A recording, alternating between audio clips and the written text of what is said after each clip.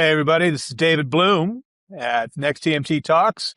This week, this day, in our partnership with Media Play News, we are on the lot with AI on the lot in Culver City, right next to the Amazon Studios, MGM Prime Studios, Prime Video Studios, hearing about all kinds of cool stuff with AI and how it's reshaping filmmaking, the part of Hollywood that isn't freaked out by AI, I might add.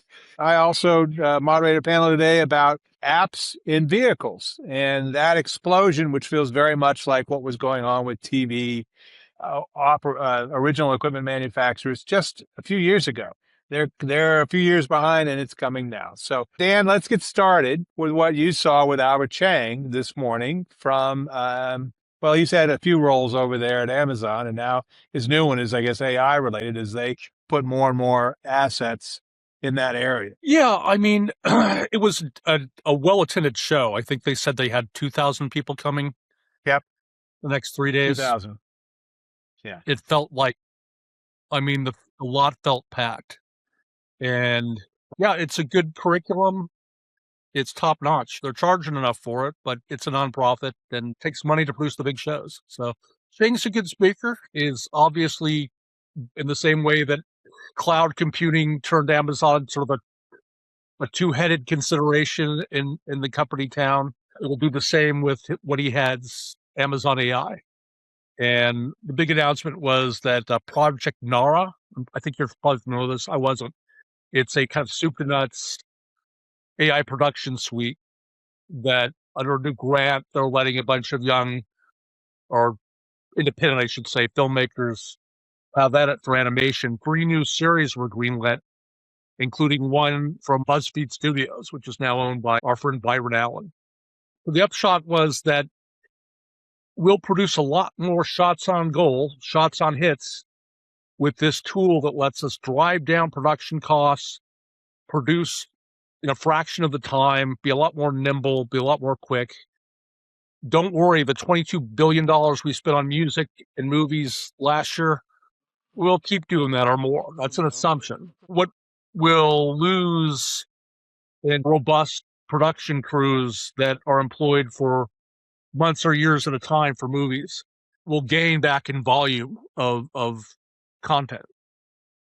I don't want to be a Luddite about this stuff. I agree with AI and a lot's core nonprofit message. These tools are common. They're here.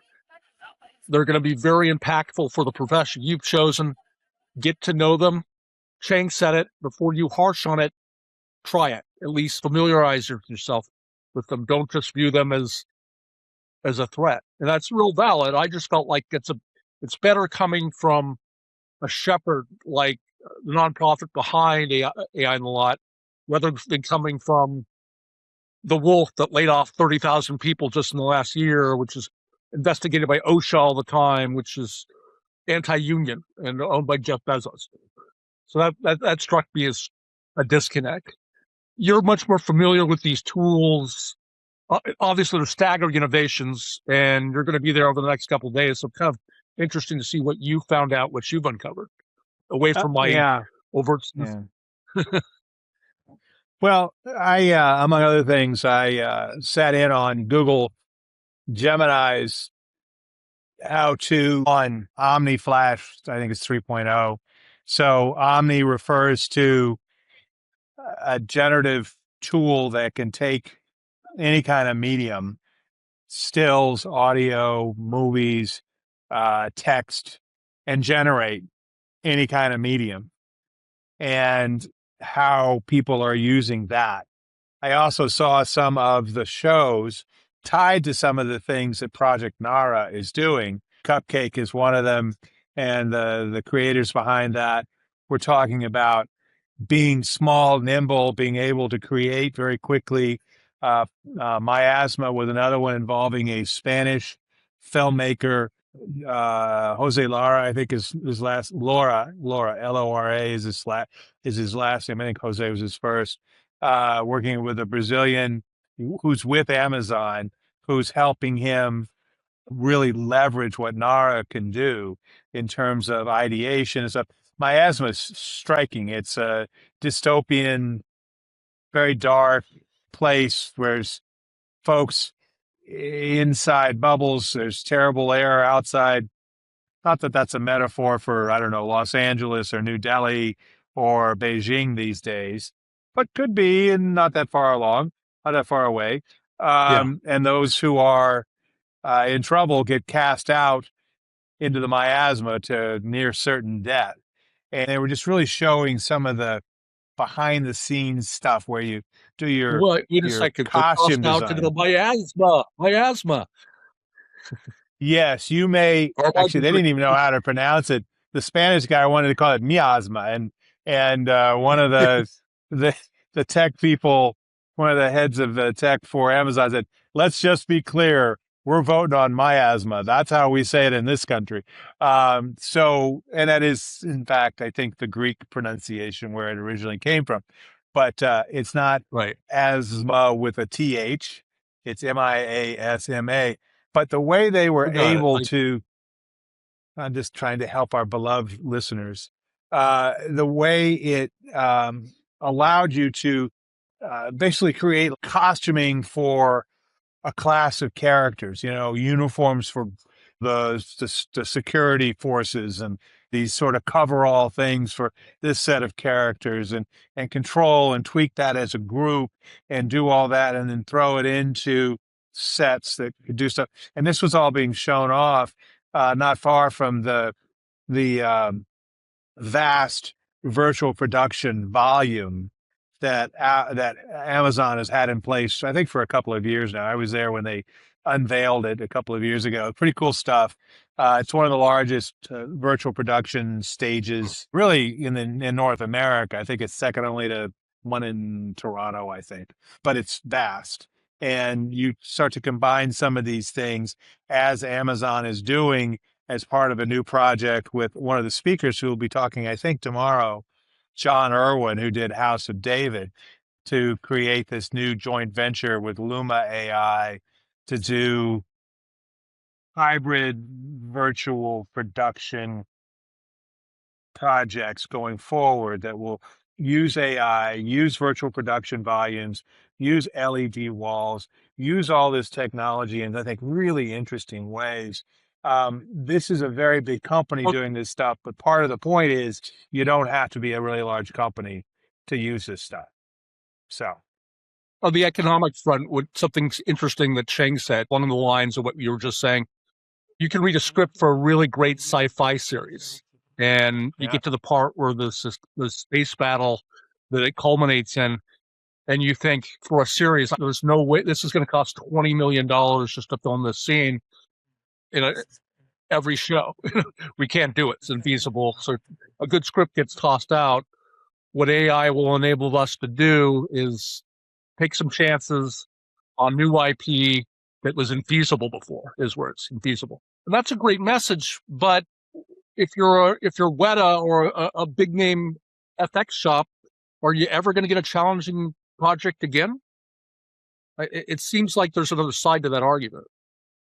Well, but no one's guaranteed, particularly, I hate to say this, the least guaranteed jobs in Hollywood have been visual effects and post production. It's notoriously, I had friends working in post houses in the 90s, and they were forever trying to upgrade to the new machine, bring in the new project, keep things going, hope to God that a project got delivered on time and close to on budget, and that the next project wouldn't get delayed, so they'd have to lay everybody off. That was 30 Right. years ago, when in the heyday of everything. Post production and visual effects and animation are notorious for staffing way up and then laying everybody off and bringing some more people in. And, that's the thing. So yes, I understand your concerns, but it's not like that's not new, I guess, is what I'm saying. The question becomes, yes, it might allow more swings at the bat, even for the big boys. To me, and what I see, the fact that 2,000 people are here, they're not all big boys. Now, it's also worth noting Ted Sarandos and Netflix were talking about the Eternauts, I think a little tiny Argentinian film, a $5 million Argentinian film, had a I remember. scene in it that involved collapsing buildings. We couldn't have done that. Couldn't afford, a budget of 5 million. We really didn't have to like collapse a building. But with AI, we could put that in there, and it helped. It helped the show.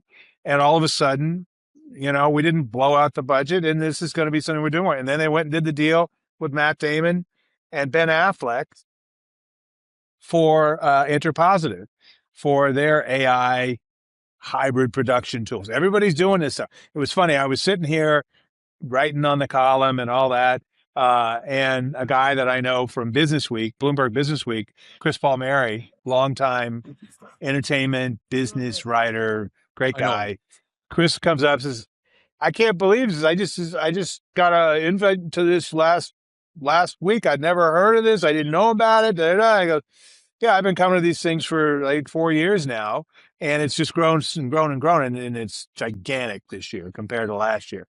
It's really grown, and the attendance is around 2,000. They capped it. They capped it at that, and they probably could have gotten bigger. So I thought Hollywood was Oh yeah, opposed to AI. It's like, no. Hollywood's not a monolith. There's a set of folks that see this is an opportunity to get beyond the gatekeepers, to get their vision out of their head and onto a screen, and then to distribute it and make money with it somehow. I Maybe you don't get rich, had the but you got feeling. something. I had the feeling they were turning people away Yeah, because they asked me, "Hey, definitely happy at to the have you VIP come, thing behind me. So yeah, but tell us when you're coming so we can plan accordingly." And it just felt. I mean, it was standing room only on stage 15 where the keynote was.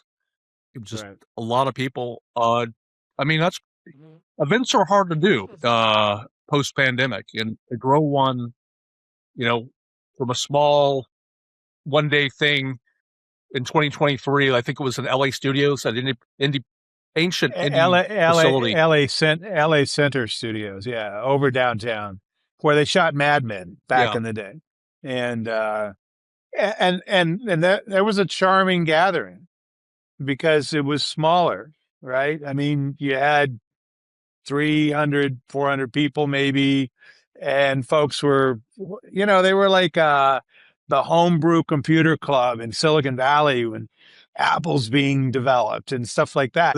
They're they're all eggheads using early versions of these tools and trying to figure out a workflow to get something from point A, some vision written on a screen, just a little screenplay, to something that you could watch.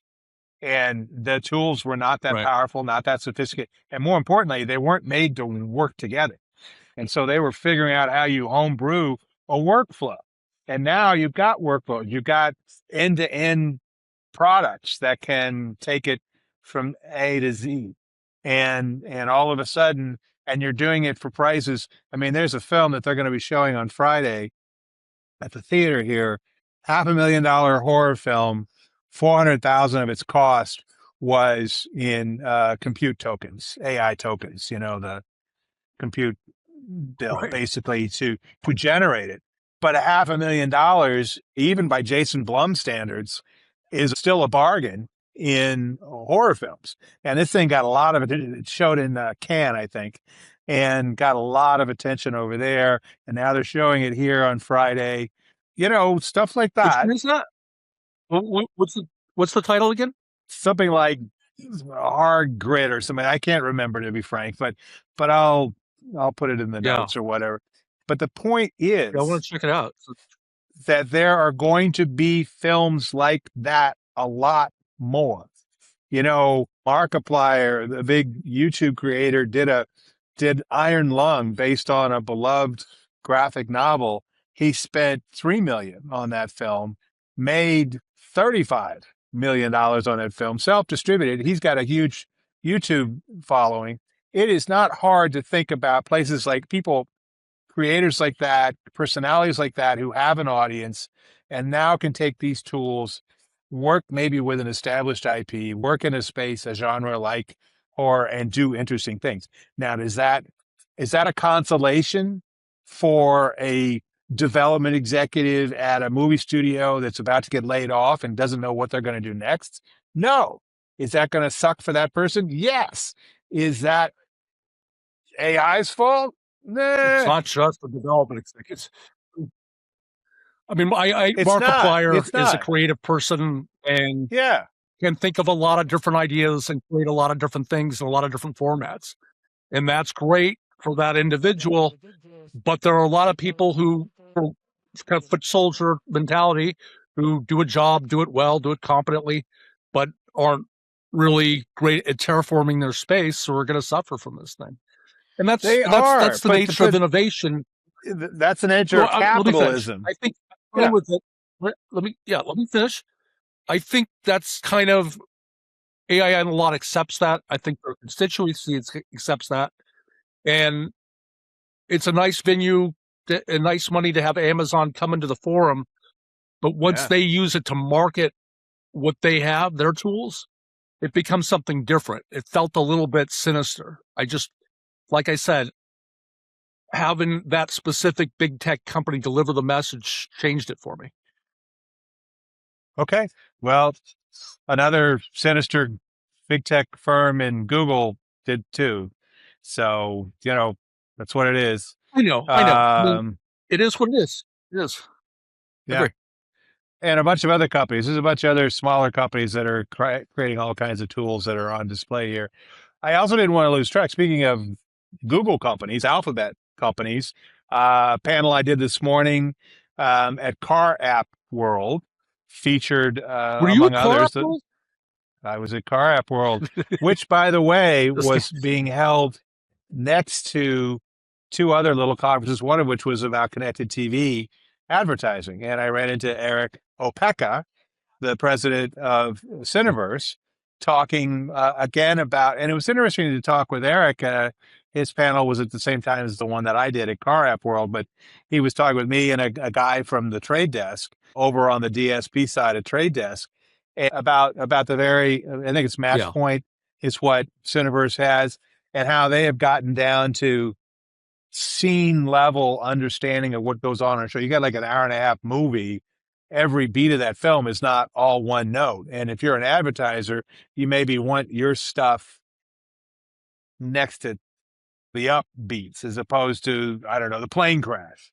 Delta doesn't want to be next to the plane crash in the hour and a half movie. They maybe want to be in the happy family reunion scene or something.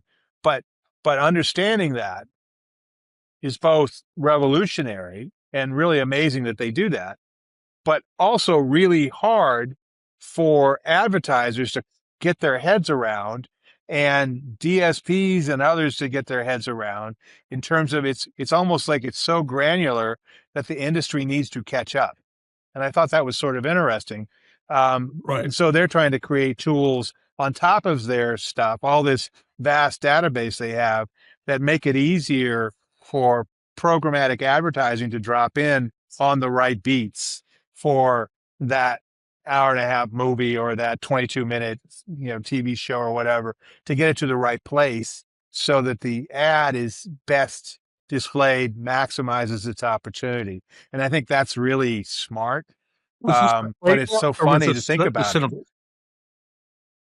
So Cineverse is doing this, and the trade desk guy was a young fellow who was like, that's cool. I didn't think about that. So anyway, and meanwhile, TV's app explosion is about to be repeated by the one that in car apps, because they've figured out, hey, we're the gatekeepers on this huge expansion of potential experiences people can have in the car, and we as the OEM, the car maker, can control that. And so that was interesting. Makes sense. They've been trying to do that with taxis for decades.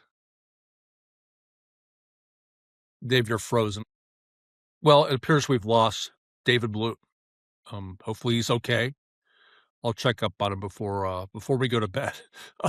I'm Dan Frankel, co-founder of NextTMT. Going to sign us out on behalf of my business partner, David Bloom.